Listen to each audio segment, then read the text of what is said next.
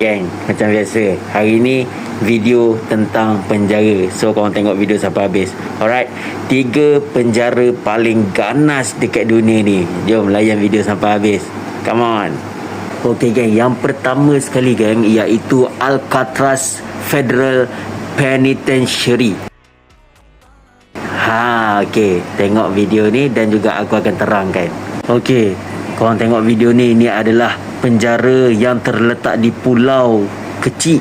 Okey, dan dia terkenal disebabkan pernah ada banduan-banduan ternama yang pernah masuk dekat sini, dan juga dia terkenal dengan kesukaran banduan untuk melepaskan diri disebabkan faktor laut sejuk dan juga arus yang kuat.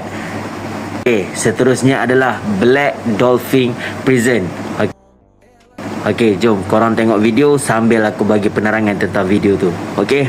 Okey, penjara ni adalah penjara yang paling mengerikan dekat Rusia, di mana banduan-banduan dekat sini diarahkan berjalan menundukkan kepala dan dikawal ketat selama 24 jam. Dan yang paling best sekali, penjara ni hanyalah untuk orang yang membunuh, pembunuh bersiri dan juga pengganas. So korang bayangkanlah macam mana kehidupan kat dalam tu.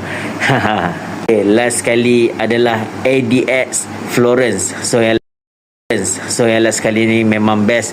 So korang tengok video ni sampai habis dan aku akan bagi penerangan sambil korang tengok video. Alright, layan. So penjara ni dikenali sebagai penjara paling ketat di dunia, di mana banduan dikurung di dalam sel selama 23 jam sehari, dan diorang punya sel dalam keadaan yang sangat kecil, dan juga diorang tak banyak berhubung dengan dunia luar. So korang bayangkan betapa seksanya duduk kat penjara ni.